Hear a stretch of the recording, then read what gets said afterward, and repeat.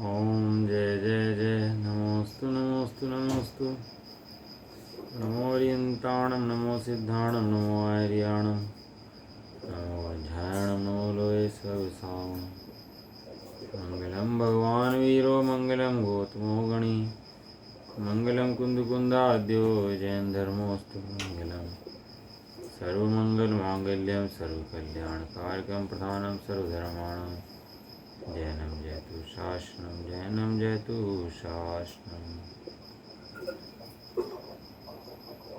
नमः समय साराय स्वानुभूत्या चकास्ते चित्स्वभावाय भावाय सर्वभावान्तर्चिदे आता है पढ़ बंदितु शब्द सिद्धे दो वचन मनोपबंध विपत्ति मोक्षादि समय पाहुर बिरमो सुध केवली बरिदम जीवो चरितन शरणांतितो तमीश समयम जान को कल कम पतिस्थितम चैतम जान पर समितम एयत चित्तो समयो सव्यत सुंदरो लोय बंद कायत केनवी समादनी होदी सुध परिचितानुभूता सब बस विकाम को बंद कहा एयत सुबलंबो नब्रीना सुलको विहेतस कर्मी यत्रियत्तम दायम पणो से बेवीन जन दाय प्रमाणम चुपके छलम नागी तबम नैवी पदे मत पण तो जान गो दूजो भावो एवं भलन के सुखम तो जो सो चे व्यवहारेण बदितति नाने से चले दर्शनम नानम नैव नानम न चले तन्न दर्शनम जान गो सुतो जय श्री समय सारजी ग्रंथ की जय।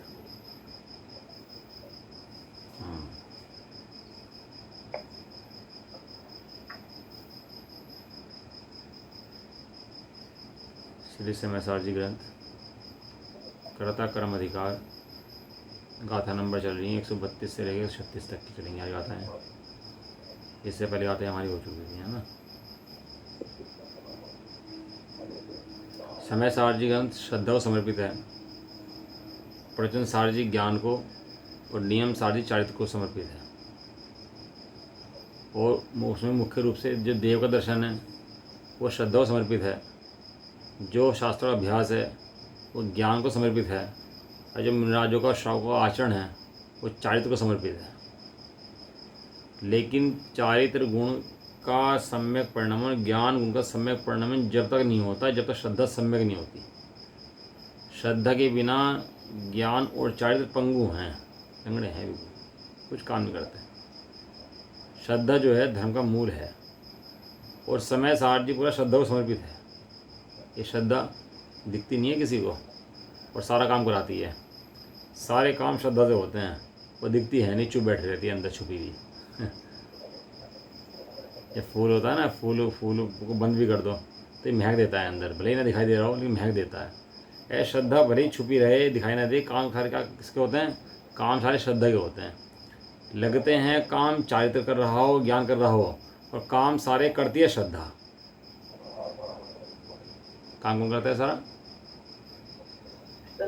श्रद्धा सारे काम चुपचाप बैठे रहती है, साइलेंट। ये ऐसा है जैसे कांच की दीवार हो, बिल्कुल दिखती है नहीं और काम सारे कराती है। बड़ा गजब गणित है ये। जिसे श्रद्धा का चारित्र का गणित समझ में आ गया ना, वो तो कूदता है, खेलता है मोक्ष मार्ग के अंदर। और जब तक ये समझ में नहीं आता ना, तब तक मोक्ष मार्ग स्टार्ट ही नहीं होता, प्रारंभ ही नहीं होता। और जिसे समझ में आ गया वो तो केली करें शिव मार्ग में, जगमाही जिनेश्वर के लघुनंदन। वो तो मोक्ष मार्ग में खेलता है। फिर वो इसको जानने के बाद, जैसे कोई खेलते हैं ना लोग, मज़े करते हैं, उसके बाद पहले शुरू में सीखने में अभ्यास होता है, बाद में खेलते हैं, मस्ती करते हैं। ऐसे ही मस्ती करते हैं किसके बल से? ये श्रद्धा और चारित्र के भेद जाने, उसके बल से मस्ती करते हैं। उसके बाद ये वास्तव में मार्ग की मस्ती का है, लेकिन समझ में आ जाए तो, और समझ में ना आए तो इसमें इतनी टेंशन और खेद हो जाता है कि समझ में नहीं आता, बहुत खेचित हो जाता है।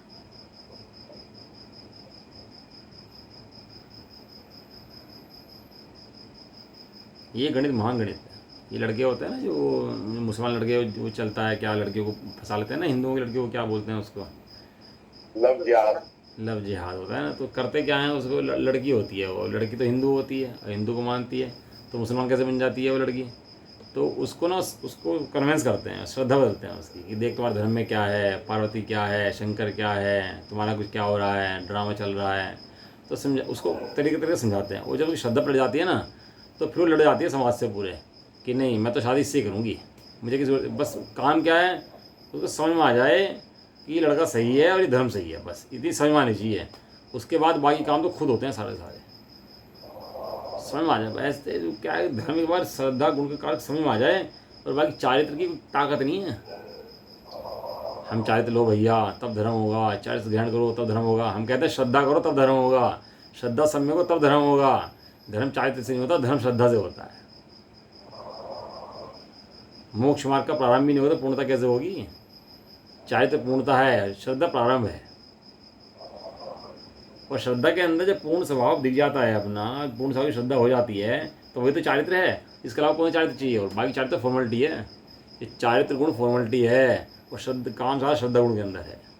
लगता है चारित्र ग्रहण करो भैया, चारित्र के बिना कुछ नहीं हो सकता, चारित्र ही सबके करने लायक है, ऐसा नहीं है, बिल्कुल भी नहीं है। चारित्र तो फॉर्मेलिटी मात्र है। जैसे शादी रिश्ता हो जाता है ना, और रिश्ते के बाद फिर वो सब सामान आते हैं और घोड़ा आती है, बैंड बजते हैं, सब काम होते हैं ये कब?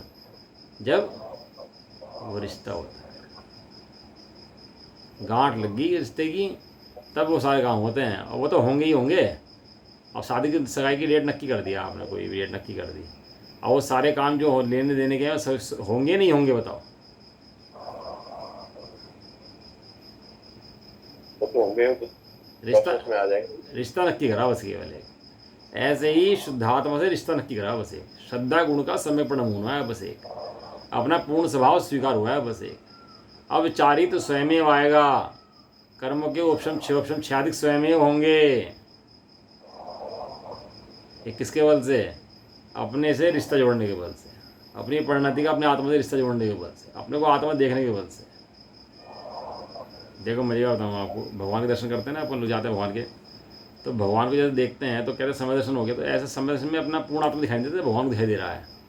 भगवान जैसे अनुभव अपना आत्मा कर रहे हैं, ऐसे पूर्ण आत्मा को थोड़ा दिखाई देता है।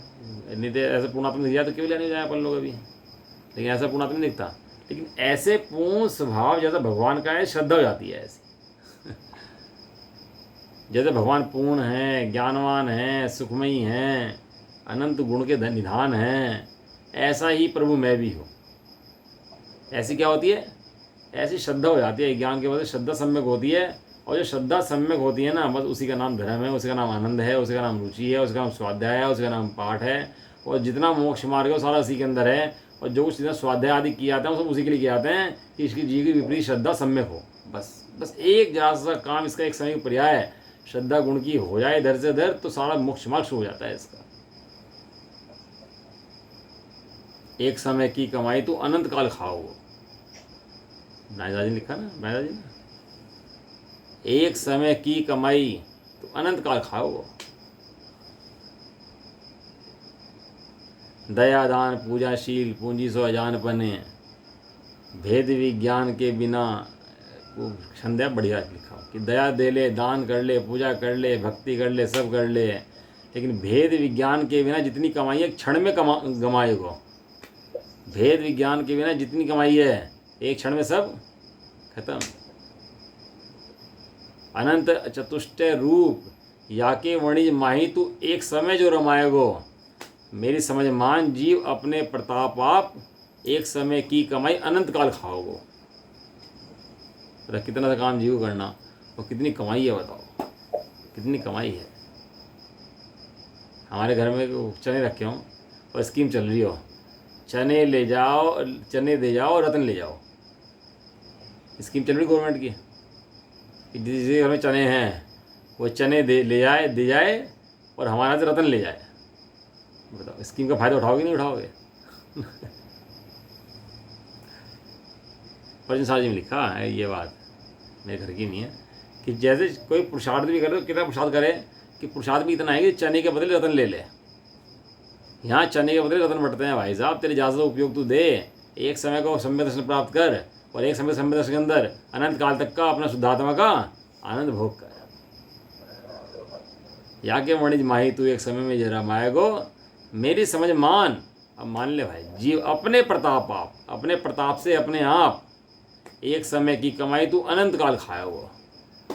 और दया दान पूजा शील जो कर ले और जितनी कमाई करेगा एक समय में घुमाओ। एक समय।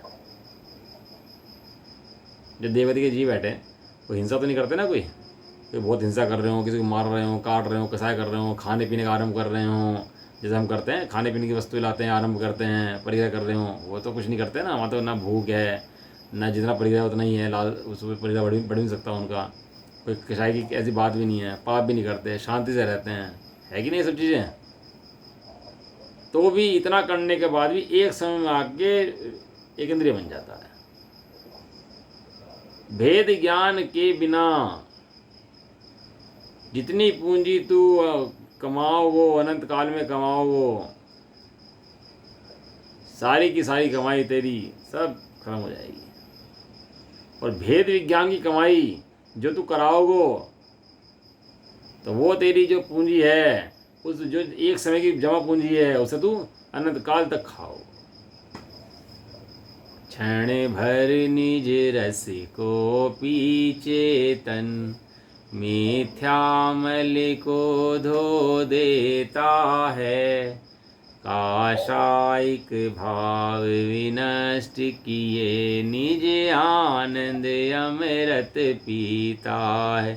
अनुपम सुख तब विलसित होता, केवल रवि जगमग करता है। दर्शन बल पूर्ण प्रगट होता, यही अरहंत अवस्था है। क्षण भर निज रस को पी चेतन। क्या कर भाई, तू किसी तेरे ऐसा काम बता रहे तू ना कर सकता हो, क्योंकि ऐसा काम बता रहे जो बहुत भारी हो। ऐसा इम्पॉसिबल काम नहीं है जो ना कर सकता हो। अनंत तीर्थंकरों ने करा, अनंत भगवानों ने करा, अनंत सिद्धों ने करा, अनंत ज्ञानी ने काम करा। तो ऐसा नहीं है तू ना कर सकता हो, तू भी कर सकता है भाई। क्षण भर के लिए तो निर्देश को पी जा, तो ये जो कमाई तेरी है ये तेरे अनंत काल काम में आएगी, अनंत काल तक। कि श्रद्धा का सम्यकपना ये मोक्ष का मूल है। जिसकी श्रद्धा सम्यक नहीं है वो मिथ्या दृष्टि है, और श्रद्धा सम्यक है वो सम्य दृष्टि है। ऐसा। अब 5 गाथाएं आ रही हैं, कल देखो क्या कह रहे थे।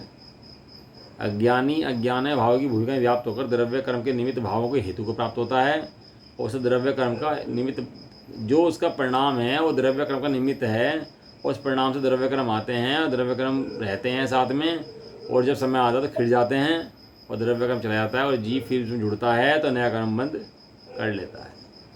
3 चीज़ें होती हैं, द्रव्य कर्म, नो कर्म, भाव कर्म। कितनी चीज़ें होती हैं? द्रव्य कर्म, नो कर्म, भाव कर्म। हाँ, द्रव्य कर्म जैसा उदय में आता है ऐसी वस्तु बाहर में प्राप्त हो जाती है। जैसा जैसा उदय में आता है वैसी वस्तु बाहर प्राप्त होती है। उसका संबंध द्रव्य कर्म से है, जीव से नहीं है। जीव चाहे मेरे पे महल हो जाए तो महल नहीं होगा, और कर्म चाहे महल हो जाए तो महल हो जाएगा। यदि कर्म उदय में आ जाए ना कि महल वाला, तो महल मिल जाएंगे, और जीव चाहे मुझे महल मिल जाए तो महल नहीं मिलेंगे। क्यों? क्योंकि उसकी जो शक्ति है वो कर्मों के पास है, जीव के पास नहीं है ना। तो द्रव्य कर्म को उदय से क्या होता है? नो कर्म। और वैसे ही उदय में जीव जुड़ता है, इसका नाम है भाव कर्म। मैं मनुष्य हूँ, मैं शरीर हूँ, मैं पुरुष हूँ, हम भारतवासी हैं, मैं ऐसे अज्ञानता जुड़ना, वो उसका नाम क्या है? भाव कर्म। जैसा द्रव्य कर्म होता है वैसे ही नो कर्म होता है, वैसे ही भाव कर्म बन जाते हैं जीव के। इन तीनों का परिवार एक है। किसका? 8 कर्मों का, द्रव्य कर्मों का, उन द्रव्य कर्मों को उदय प्राप्ति सामग्री का, और उसके उदय में उठने वाले जीव के भावों का। इन सब का परिवार एक। जीव न्यारा, ये सब न्यारे। जीव न्यारा, ये सब न्यारे। ये विकल्प आदि होते हैं ना मन के, जीव नहीं करता भैया। स्वयं आते हैं और स्वयं जाते हैं। जीव इन्हें रोक सकता नहीं है, इन्हें भेज सकता नहीं है। साहिक सम्य दृष्टि को भी कैसे विकल्प आए देखो, पढ़ो शास्त्रों का। लेकिन विकल्पों को रोका नहीं, विकल्पों को जाना, विकल्पों को जाना। ज्ञान ये होता है ना, जैसे गे सामने होता है, ज्ञान का तो झलक जाता है, वैसे ही वो उसमें ज्ञान कुछ कर नहीं सकता। ज्ञान चाहे मैं गेहूँ को बदल दूँ, इधर उधर कर दूँ, फेरफार कर दूँ, तो ज्ञान उसे फेरफार कर नहीं सकता कहीं भी। तो ऐसे ज्ञान का स्वरूप समझकर गेहूँ से भिन्न निर्लिप्त रहना, गेहूँ को बदलने की कोशिश ही मत करना। जो जैसा चल रहा है तो चल लेने दो उसका वैसे ही। हम तो ज्ञानवान है, ज्ञानवान रहो बस, और ज्ञान में जाकर बैठ जाओ। जैसे गे भार में पदार्थों के हैं, वैसे उसके अंदर, ज्ञान के अंदर झलकते मात्र हैं। ज्ञान उनका करता बिल्कुल भी नहीं है। ये बदलने की टेंशन जो है ना, बदल दूँ, विकल्प को बदल दूँ, वचन को बदल दूँ, विकल्प की टेंशन जो है ना, ये जीव को दुखी करती है।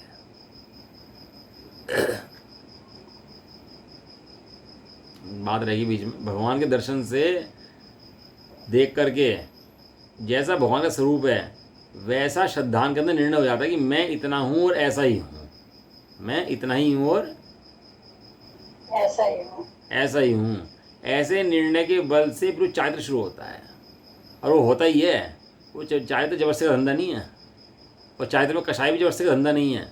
चारित्र कषाय धक्का मारने जाती नहीं है, और चारित्र खींच कर आने से आता नहीं है।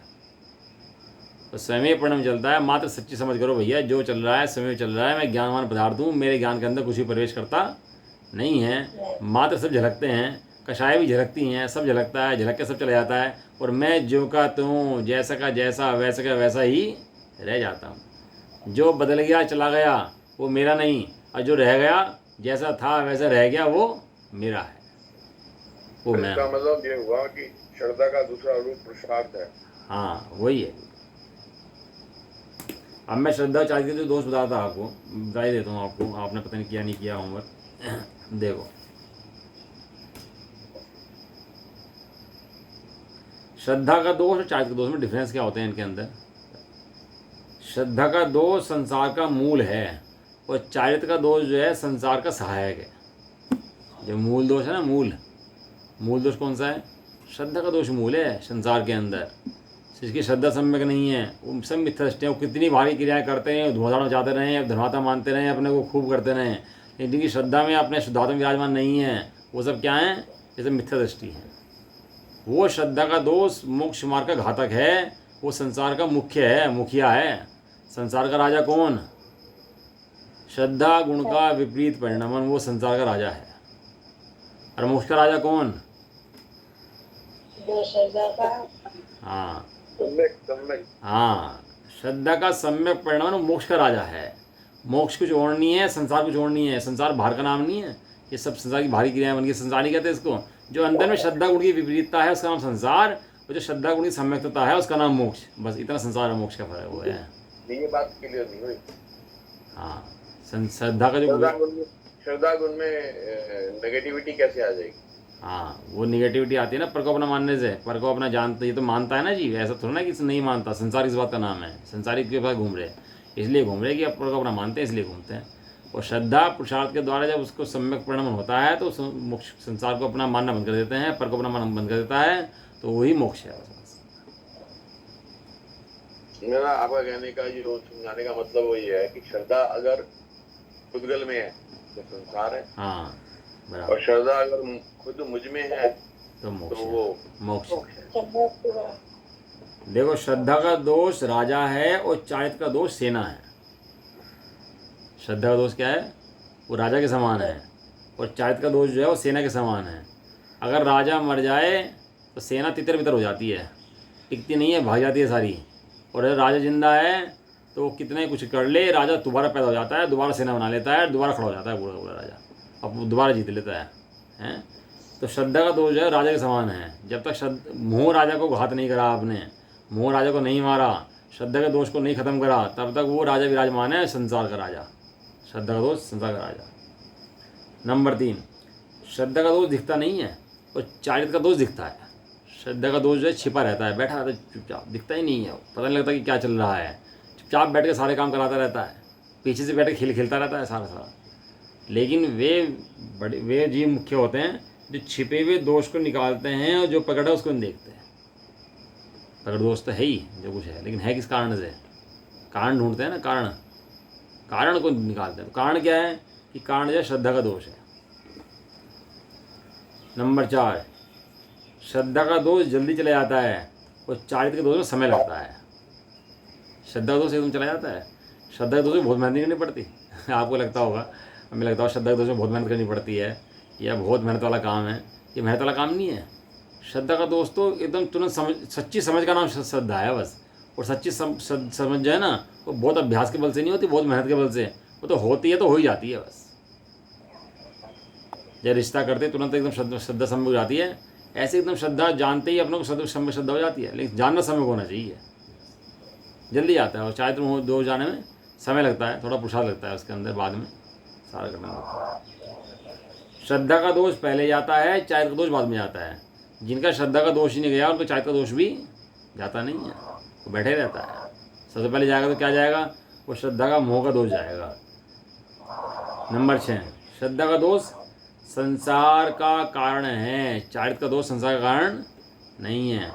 सिद्धंती चरिय भट्टा दंसन भट्टा ना सिद्धंती। चारित्र भ्रष्ट का बीज तो सींच जाएगा, लेकिन दर्शन भ्रष्ट जो मोह भ्रष्ट हैं, जो संसार जो श्रद्धा भ्रष्ट है, जो उनका संसार का बीज कहीं भी सींच सकता नहीं है।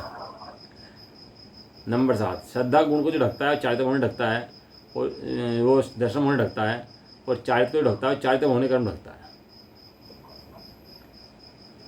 नंबर 8, श्रद्धा का दोष जो है वो संसार मार्गी है, और चारित्र में दोष अगर है श्रद्धा चला गया तो मोक्ष मार्गी है। श्रद्धा दोष जिसने हटा दिया तो मोक्ष मार्गी है, और श्रद्धा दोष जब तक रहेगा संसार मार्गी रहेगा।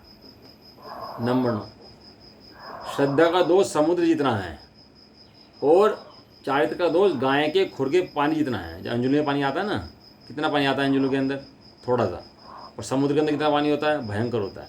तो श्रद्धा का दोष ऐसा होता है जैसे भयंकर समुद्र का पानी हो, और चारित्र का दोष ऐसा होता है जैसे अंजुली में पानी हो, इतना फर्क होता है। और हम लठ लेके चारित्र के दोष के पीछे पड़े हैं, श्रद्धा का हमें पता ही नहीं है।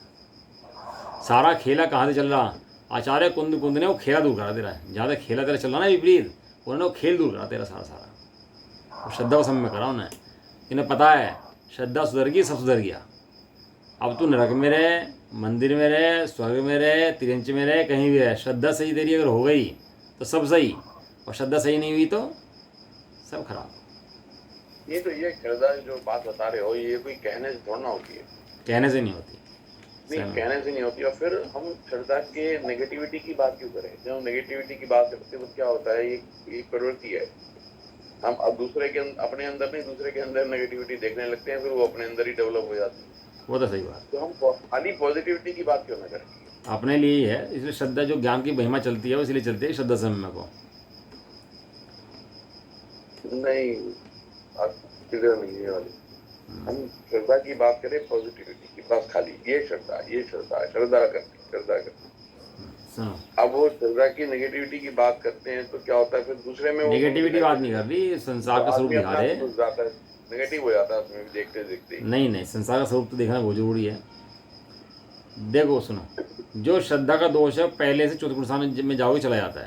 पहले से चौथे गुण स्थान में जाते केवल एक गुण स्थान है उसका, कि पहले गुण स्थान में जी मिथ्या दृष्टि था, उसने भेद विज्ञान करा, शुद्धात्मा का अनुभव करा, तो तुरंत जीव कौन से गुण स्थान में पहुँच गया, अपने को पूर्ण जाना, पूर्ण माना, पूर्ण अनुभव करा, अपने आत्मा निर्णय कर लिया, रुचि सम्य हो गई, तो गुण स्थान कौन सा हो जाता है, चौथा गुण स्थान हो जाता है।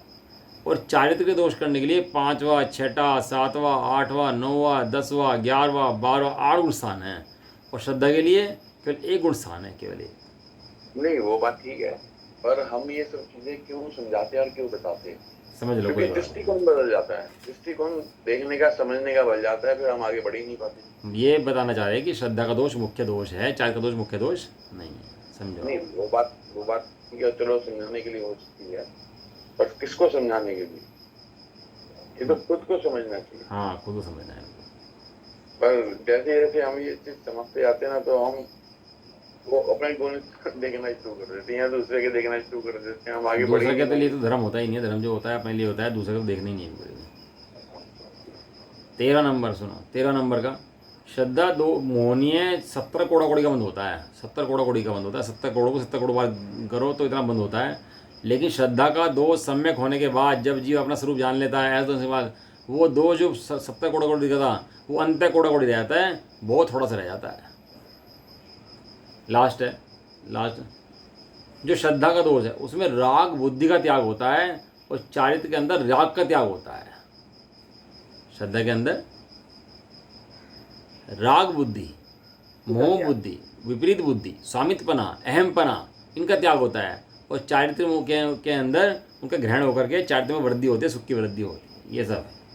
तो ये सारे पॉइंट में लिखे थे, बता दिया आपको, है ना। अब गाथा पा जाते हैं। मतलब कहने का मतलब ये है कि श्रद्धा भैया मुख्य दोष है। श्रद्धा सम्यक होगी सब सम्यक हो जाएगा, और श्रद्धा को सम्यक ना करे और पीछे पड़ा रहे किसी और के, तो फिर से मोक्ष मार्ग चलता है नहीं। देखो गाथाएँ पढ़ते हैं 5, पढ़ो ये गाथाएँ पढ़ो, 5 गाथाएँ प्राकृतिक पढ़ो, फिर उसका वो पढ़ो हरिगिरी पढ़ो। पेज नंबर है 338।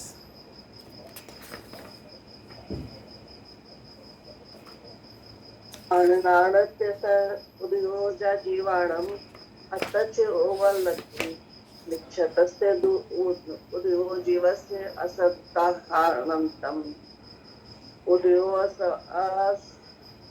संयमस्य दुर्गम जीवाणं हवै अविरमणं जोदु कलु सोव ओगो जीवाणं सो तसा उदयो तम जान जोग उदयम जो जीवाणं तु चित्त उच्छाहो सोहन मसोहनम पाकाय विरधि भावो वा एदेषु हेतु भूतेषु कम इय वग्गणाद यदम जन्तु परिणमदे अक्षरिहं नानावर्णादि भावेहिं तं खलु जीवने बद्धं कम इय वग्गणागतं जय्या तय्या दुभूति हेतु जीवो परिणाम भावाणम्।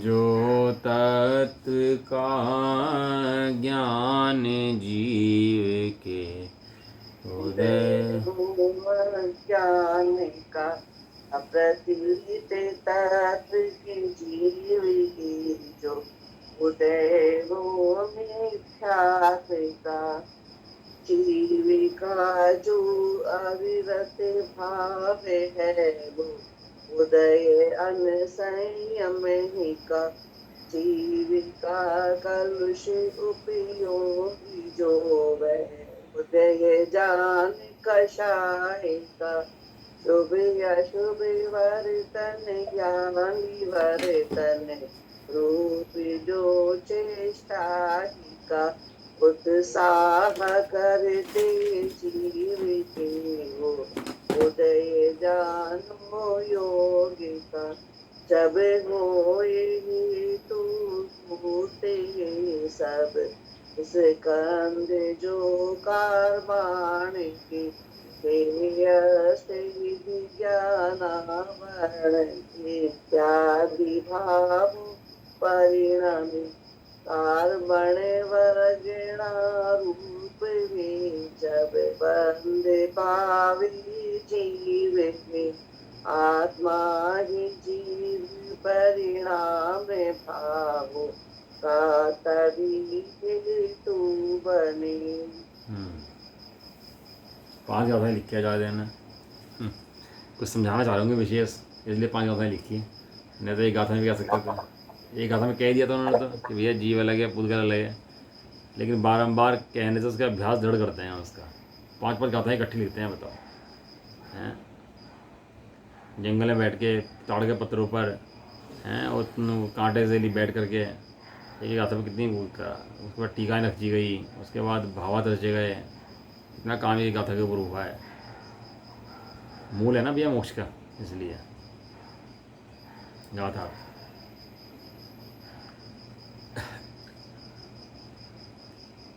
जीवों के जो तत्व का ज्ञान है, तत्व का ज्ञान ही संसार का वास्तव में मूल है। जीव तत्व को जानता नहीं।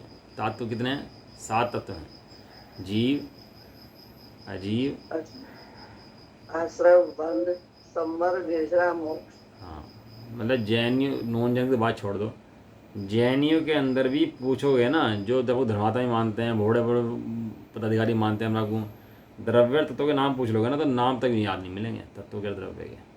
बहुत पुराने स्वाध्यायी होंगे तो द्रव्यों के तत्वों के नाम भी याद नहीं मिलेंगे।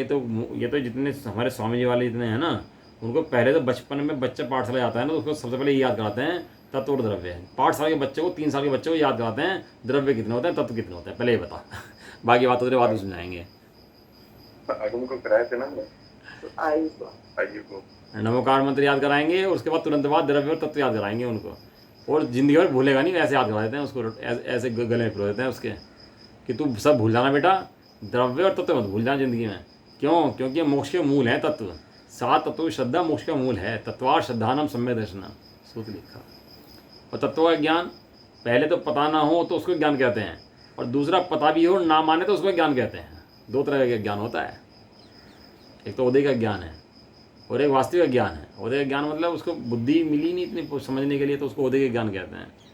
अनंत अनंत जीव संसार के अंदर भरे पड़े भैया, तत्वों का ज्ञान किसके कितने जीवों का? जीव है, अजीव है, ये सब द्रव्य जड़ हैं, अचेतन हैं, मैं जीव हूँ, हैं, और ये सब आश्रय बंद हो रहे इन्हें ना जान के, और अपने को जीव जानकर संवर्ण निर्जरा मोक्ष हो रहे। बताओ, ऐसा ज्ञान भी किसी जीव को है कि नहीं है? बस शरीर की क्रियाएं बदल बदल के हाथ मान ले अपने आप को। जीवों में जो तत्व का ज्ञान है वस्तु स्वरूप से यथार्थ है, विपरीत ज्ञान है। मिथ्यात्व, मिथ्या मतलब उल्टी मान्यता का नाम मिथ्यात्व है। उल्टी मान्यता क्या होती है कि जीव उल्टी मान्यता करता है। उल्टी मान्यता क्या करता है कि राग को, कषाय को, शरीर को, कर्मों को अपना मान लेता है, अपने से आना मानता है, अपने जाना मानता है। ये उसका उल्टा ज्ञान है। असल उल्टा ज्ञान क्या है? फिर एक उल्टा घड़ा होता है, बारिश पड़े, घड़ा तो रखा है, बारिश पड़ रही है, तो घड़े में पानी आएगा नहीं आएगा? क्या है? अब बाल्टी कुएं में डालो और उल्टी बांध लो और निकालो पानी, तो निकलेगा नहीं निकलेगा? बिल्कुल भी नहीं। बाल्टी वहीं, रस्सी वहीं, मेहनत वहीं, पूरी सब काम कर रहे हैं, ये बाल्टी उल्टी बांधी। बस ये सीधी बाल्टी बांधने का नाम ही ये यथार्थ ज्ञान है, तत्व का ज्ञान है वास्तव में। ये जो अपनी तो उल्टी बाल्टी बांध के सारी पुरुषार्थ बाहर में करता है ना, ये उल्टी बाल्टी है। और जो सब सम्यक पुरुषार्थ जान करके ये जो बाल्टी सीधी करके अपने अंदर डुबोता है ना, ये सम्यक ज्ञान है वास्तव में। इसका नाम है अज्ञान का दूर करना है। वस्तु स्वरूप से यथार्थ, जब भी वस्तु स्वरूप के विपरीत जाओगे दुखी होगे। जो भी काम वस्तु स्वरूप के विपरीत करोगे तो क्या होगे? दुखी होगे। विपरीत ज्ञान वह अज्ञान का उदय है, और जीव के जो तत्वों का अश्रद्धान है वह मिथ्यात्व का उदय है, और जीवों के जो अविरमण अर्थात अत्याग का भाव है वह असंयम का उदय है, और जीवों के जो मलिन ज्ञात रथ की स्वच्छता से रहित उपयोग है वह कषाय का उदय है। तो जीवों के जो शुभ या अशुभ प्रवृत्ति या निवृत्ति रूप मन वचन काया आश्रित चेष्टा उत्साह है, उसे योग का उदय जानो। ये बंध के भेद बताए, अज्ञान जनित बंध, अश्रद्धान जनित बंध, और अचायत रूप अधर्म, और मलिन उपयोग रूप अधर्म कषाय, और इसके बाद लिया योग का, योग के रूप बंद होता है ना। मिथ्यात, अवृत्ति, प्रमाद, कषाय और योग से जो बंद होता है, उस बंद की चर्चा यहाँ पर करिए। बंद होता कैसे है? यहाँ कर्मों की चर्चा नहीं करी, यहाँ सारी चर्चा करी जीव का अपने संबंध में अज्ञान व अज्ञान है। जीव को अपना श्रद्धान है, वो जो अपना श्रद्धा नहीं है उसका नाम श्रद्धान है। जीव जो अपने में रमण नहीं कर रहा उसका नाम अचारित्र है। जीव जो अपने उपयोग अपने में काम नहीं कर रहा वो कषाय का उदय है। और जीव की जो प्रवृत्ति सुबह सुबह में जुड़ी है, मनोवचन काय में जुड़ी है, वो योग है। कर्म कुछ काम नहीं जीव कराते भैया, ये जीव स्वयं भूल को स्वयं है हैरान। कर्म तो ना बांधता, ना हैराता, ना हैरान होता। हैरान तो भैया अपने भूल के जीव ही होता है। तो क्या क्या चीज़ ले ली? अज्ञान, अश्रद्धान, अविरति, कषाय और योग, ये सब संसार के मूल हैं। अब आगे कह रहे हैं इनको उदय को हेतुभूत होने पर, उदय माने कर्मों को हेतुभूत होने पर, हेतुभूत कौन है? ये जीव का अज्ञान है, अश्रद्धान है, असंयम है, अचारित्र है, कषाय है और योग है। ये किसका हेतुभूत है? ये कर्मों का हेतुभूत परिणाम है। इनका उदय होने पर, हेतुभूत होने पर, जो कर्म कार्माग वर्णागत पुद्गल द्रव्य ज्ञाना वर्णादि से 8 प्रकार का परिणमता है, वह कार्माग वर्णागत पुद्गल द्रव्य जब वास्तव में जीव से बनता है तब जीव के अपने अज्ञान में परिणाम भावों का हेतु होता है। ये गाथा का अर्थ हुआ 5 गाथाओं का इकट्ठी, कि जीव के बंध कितने प्रकार होता है। जीव के जो अपने संबंध में अज्ञानता आदि है उनसे जीव का बंध होता है। और इस बंध से होता क्या है कि उस बंध से कर्म आता है, और द्रव्य कर्म आके जीव से जुड़ता है, फिर द्रव्य कर्म को उदय आता है, फिर जीव जुड़ता है, फिर द्रव्य कर्म बनता है। इस तरह संसार की संतति चलती रहती है। तो ये संतति चलती रहेगी, टूटेगी नहीं टूटेगी? तो हम पूछते हैं किसी ने तोड़ी कि नहीं तोड़ी? तो कहना तोड़ी है। किसने तोड़ी है? कि हरंत भगवान ने तोड़ी है, मुनराज ने तोड़ी है। तो जैसे उन्होंने तोड़ी है तू भी तोड़ सकता है। जैसे तोड़ी है वैसे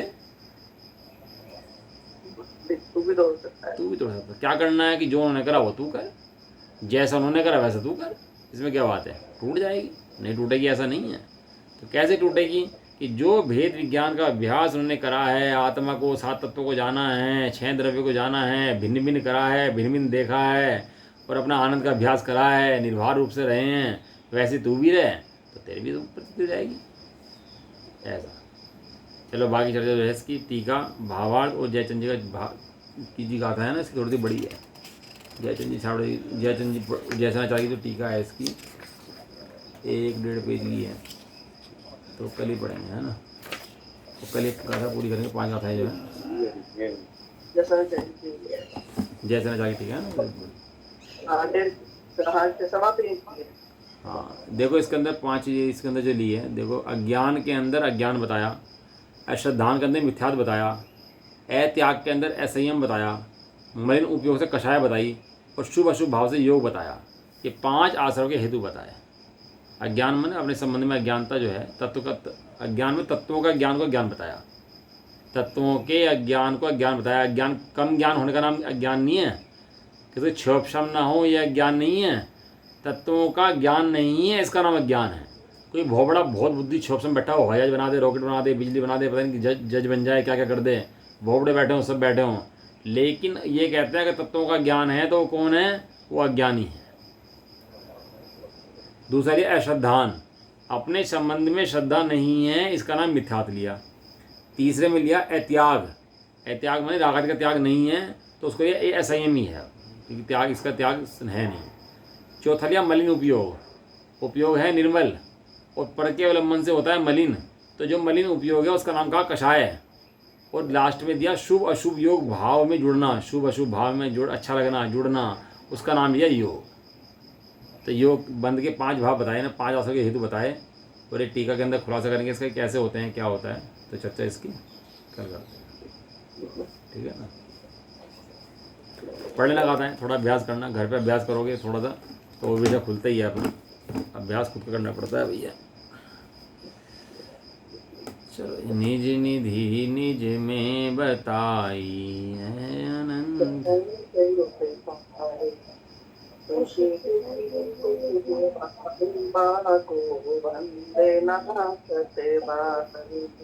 नौवर्ण होगा।